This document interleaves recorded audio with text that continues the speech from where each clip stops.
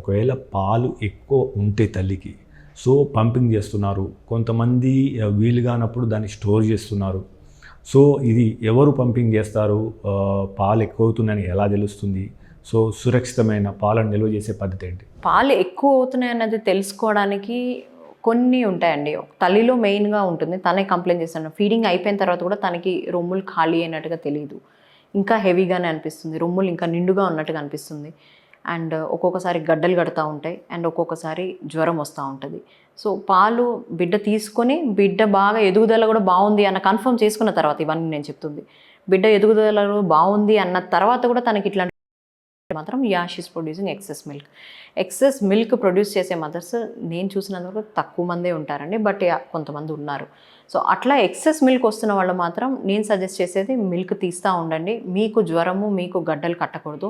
ఎందుకంటే ఒకసారి గడ్డలు కడితే మన బాడీ, తల్లి బాడీ న్యాచురల్గా బాడీ ఎలా ఫీల్ అవుతుందంటే, ఓకే బాగా మిల్క్ ప్రొడ్యూస్ అవుతుంది, దాని వల్ల నాకు గడ్డలు కడుతున్నాయి, సో నేను మిల్క్ ప్రొడక్షన్ తగ్గించాలి. This is again nature telling the body to know to tell you what to do. So అక్కడి నుంచి మళ్ళీ పాలు తగ్గిపోవడం మొదలెడతాయి. సో గడ్డల్ని రిలీజ్ చేయడం కూడా అంతే important. Will talk about it later. But so గడ్డలు కడుతున్నాయి, ఇట్లాగా జ్వరం వస్తున్నాయి, ఇట్లాంటివి ఏమైనా ఉన్నాయంటే మాత్రం ఇండైరెక్ట్ ఇండికేషన్ మనకు పాలు ఎక్కువ అవుతున్నాయని. అలాంటి టైంలో హ్యాండ్ ఎక్స్ప్రెస్ చేయొచ్చు. మోస్ట్ కామన్గా అందరూ అదే చేస్తారు, చేతితోటి పిండుతూ ఉంటారు బాటిల్లోకి. అది కొంచెం పెయిన్ఫుల్గానూ ఉంటుంది, నొప్పి ఎక్కువ ఉంటుంది, టైం ఎక్కువ తీసుకుంటుంది. సో ఇప్పుడు కొన్ని టెక్నాలజీస్ వచ్చాయి మనకి, బ్రెస్ట్ పంప్స్ అని. సో బ్రెస్ట్ పంప్స్లో మాన్యువల్ బ్రెస్ట్ పంప్ ఒకటి ఉంటుంది, ఎలక్ట్రికల్ ఒకటి ఉంటుంది. మాన్యువల్ అన్నది మనం చేత్తో చేసుకునేది, ఎలక్ట్రికల్ అన్నది అదంతా అదే చేస్తుంది, జస్ట్ అటాచ్మెంట్ చేసుకుంటే చాలు. బయట మార్కెట్లో US, UKలో అన్నిట్లో ఎలక్ట్రికల్ చాలా వాడతారు. మన దగ్గర ఇప్పుడు మార్కెట్లోకి ఎలక్ట్రికల్స్ కూడా వస్తున్నాయి. బట్ నన్ను అడిగితే తనకి పెయిన్ లేకుండా తక్కువ టైంలో ఎంత తక్కువ టెక్నాలజీ యూస్ చేస్తే అంత బెటర్. సో ఎలక్ట్రికల్ కంటే తన breast pump, manual breast pump మీద కూడా తనకు మిల్క్ బాగానే తీయగలుగుతున్నారంటే అది చేస్తే సరిపోతుందండి. సో బ్రెస్ట్ పంప్ తోటి తను మిల్క్ తీసి దాన్ని స్టోర్ చేయొచ్చు. ఇప్పుడు స్టోరింగ్ ఎలా చేయొచ్చు అన్నది క్వశ్చన్కి వస్తే, బయట మన రూమ్ టెంపరేచర్లో ఇప్పుడు వింటర్ సీజన్లో కనుక చూసుకుంటే మాత్రం మనం ఒక 4 hours వరకు బయట రూమ్ టెంపరేచర్లో పెట్టచ్చు. పీక్ సమ్మర్లో ఉన్నప్పుడు మాత్రం 2 hours నుంచి పెట్టకపోవడమే మంచిది. 4 hours మాత్రం రూమ్ టెంపరేచర్లో బయట పెట్టవచ్చు. సో నెక్స్ట్ టైం మీరు ఫీడింగ్ ఇచ్చేటప్పుడు సపోజ్ మీకు మిల్క్ తక్కువ వస్తున్నాయి, లేదా రాత్రిపూట అవుతుంది అండ్ మిల్క్ కొంతమందికి ఎక్కువ రావు, అలాంటి టైంలో ఈ స్టోర్ చేసిన మిల్క్ ఇవ్వచ్చు. అంతకంటే ఎక్కువ టైం పడుతోంది అంటే 4 hours మీరు ఆ మిల్క్ ఇవ్వలేకపోతున్నారు, ఇంకా ఎక్కువసేపు స్టోర్ చేయాల్సి వస్తుందంటే మాత్రం అప్పుడు ఫ్రిడ్జ్ యూస్ చేసుకోవాల్సి వస్తుంది.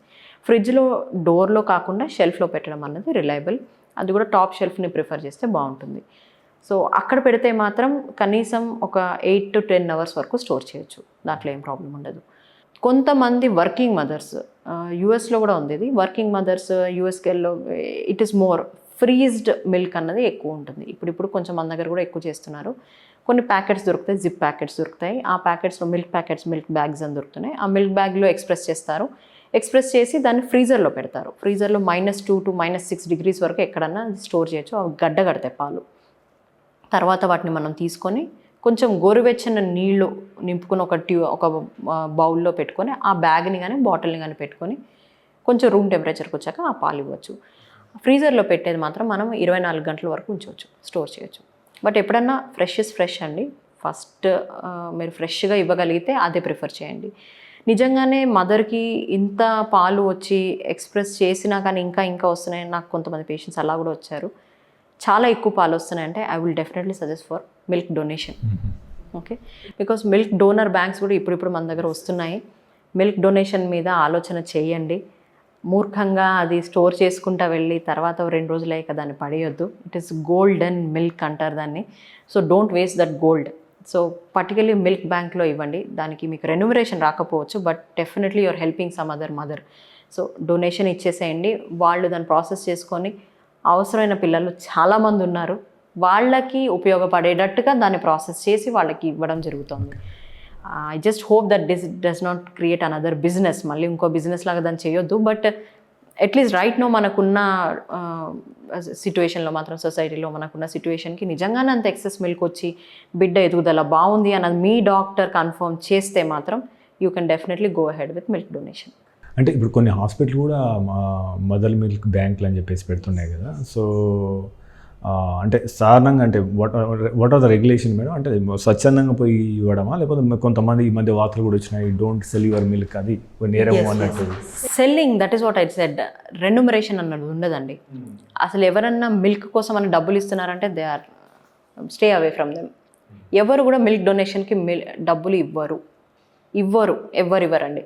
మిల్క్ డొనేషన్ అన్నది ఫ్రీగా జరుగుతుంది, it is like charity. So దానికి డబ్బులు ఎవరైనా ఇస్తున్నారంటే మాత్రం something is not right. So stay away from them.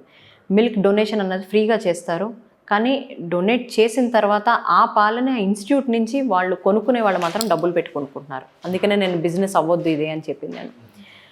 But ఇప్పుడు తల్లిపాల లేకపోతే డోనార్ మిల్కా లేకపోతే పైపాల అన్న క్వశ్చన్ దగ్గరకు వచ్చేసరికి మాత్రం తల్లిపాలు తర్వాత నెక్స్ట్ బెస్ట్ డోనార్ మిల్క్ అనే చెప్తాం కొన్ని కండిషన్స్లో.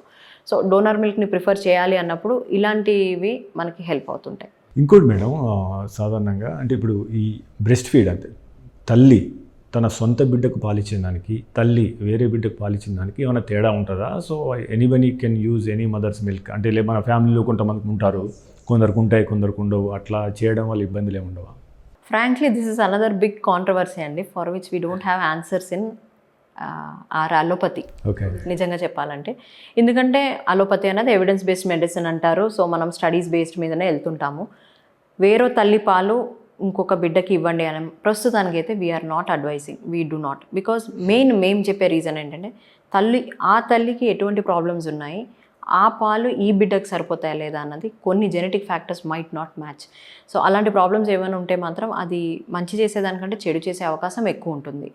సో అనవసరమైన ఇన్ఫెక్షన్స్ ఏమన్నా ట్రాన్స్ఫర్ అయితే కూడా మనకి ఛాన్సెస్ అన్నది ఈ బిడ్డ తట్టుకోవడం అనేది ఎక్కువ ఉంటుంది. ఎందుకంటే అగైన్ రిమెంబర్, ఫస్ట్ తల్లిపాలు ఏదైతే ఇస్తున్నామో మనం కారణం ఇచ్చేది యాంటీబాడీస్ ఉంటాయని, అది ఆ బిడ్డకు పనికొస్తుందని. ఇప్పుడు ఇంకో బిడ్డకి మీరు ఇంకో మదర్ది తీసుకొచ్చి ఈ యాంటీబాడీస్ తాలూకా మిల్క్ తెచ్చిస్తే అది రియాక్షన్స్ ఎలా ఉంటాయి, బిడ్డ ఎలా తట్టుకుంటుంది, తల్లికి ఎట్లా ఉంటుంది అన్నది చెప్పడం కష్టమే. So generally we do not prefer that. మన పాతకాలంలో చేసేవారు, ఇప్పటికీ కొంతమంది చేస్తున్నారు, we do not question them also.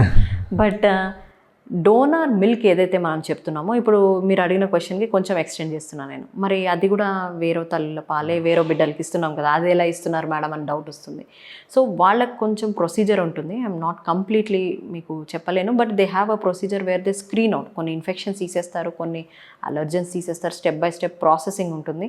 ఆ ప్రాసెసింగ్ అయిన తర్వాతే దాన్ని డోనార్ మిల్క్ కింద రెడీ చేసి ఆ బిడ్డలకి ఇవ్వడం జరుగుతుంది. So I will not suggest డైరెక్ట్గా ఒక తల్లి ఇంకొక బిడ్డకి ఇవ్వడం పాలు అన్నది. At least right no my evidence does not say to go ahead.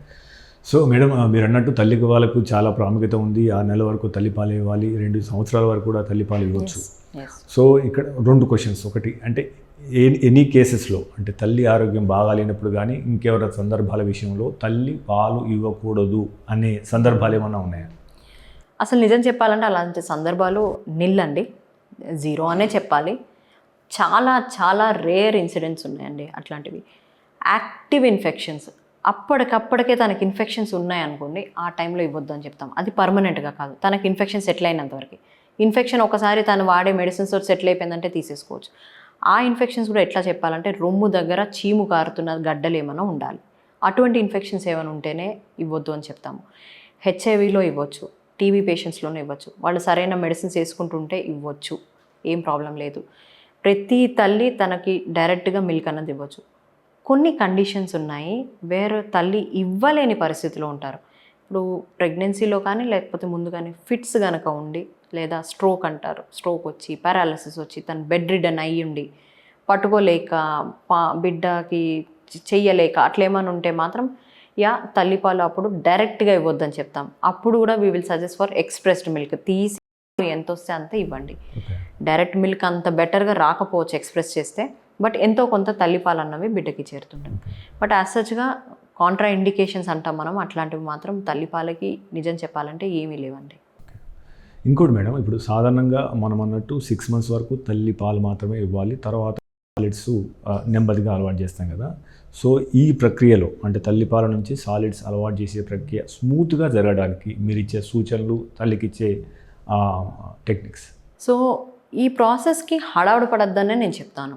6వ నెల 6వ రోజు రాగానే అన్నప్రాశన చేసేయాలి, చేసేసిన మర్నాడే ఉగ్గు కలిపేయాలి, సెర్లాక్ కలిపేయాలి, వాడు తినేయాలి. అంటే ఆ ఆలోచన నుంచి కొంచెం బయటికి రావాలి. It is a slow transition ఉండాలి.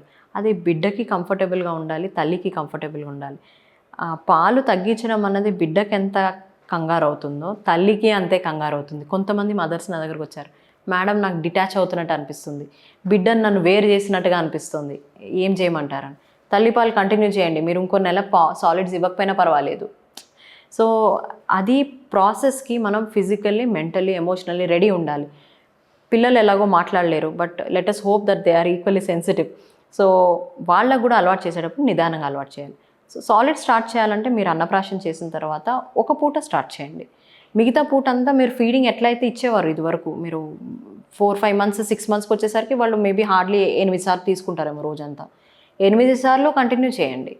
అది ఒక 2 వారాలు అయిన తర్వాత కొంచెం సాలిడ్ వాళ్ళు అరిగించుకుంటున్నారు, బాగానే తీసుకుంటున్నారు, వాళ్ళు రెడీగా ఉన్నారు, మీరు కోపప్ అయ్యారు అన్న తర్వాత ఆ సాలిడ్ని 2 సార్లు చేయండి, 2 పూటలు చేయండి. ఫీడింగ్ ఒకసారి తగ్గించుకోండి. ఒక నెల అయిన తర్వాత దాన్ని 6 సార్లు ఫీడింగ్ చేసుకోండి, 3 పూట్ల సాలిడ్ ఫుడ్ చేసుకోండి. సో నేను రికమెండ్ చేసేది మాత్రం 6 months తర్వాత నుంచి 1 year వరకు 4 to 6 times of breast milk ఇవ్వడం ఈజ్ వెరీ గుడ్. మీరు ఇవ్వగలిగితే 6 months లోపల మనం ఏదైతే 8 సార్లు మినిమం అని చెప్తున్నామో 6 months తర్వాత కూడా 4 times మినిమంగా ఇస్తుంటే మాత్రం it is very very good. So working mothers కూడా ఇది యాక్చువల్లీ చాలా హెల్ప్ఫుల్. మీరు మార్నింగ్ వర్క్కి వెళ్ళే ముందు ఒకసారి ఇచ్చేసేయండి, ఈవినింగ్ వచ్చాక ఒకసారి ఇవ్వండి, రాత్రి 2 సార్లు ఇవ్వండి, 4 సార్లు అయిపోయింది అక్కడే. సో కంగారు పడాల్సిన అవసరం లేదు. మీరు వర్క్ జాయిన్ అవ్వాలన్న 6 months తర్వాత మినిమం 4 times ఇస్తే తనకు ఎంతో కొంత ఆహారం జరుగుతుంది. 6 times ఇవ్వగలిగితే it is very very good. మిగతా టైమ్స్లో ట్రై టు అడ్జస్ట్ సాలిడ్. మీరు తీసుకునే అదే మందులు, అదే నాణ్యమైన మందులు, కానీ సగం ధరకే. అవును, మెడ్ ప్లస్ బ్రాండ్స్ పై 50 to 80% తగ్గింపు.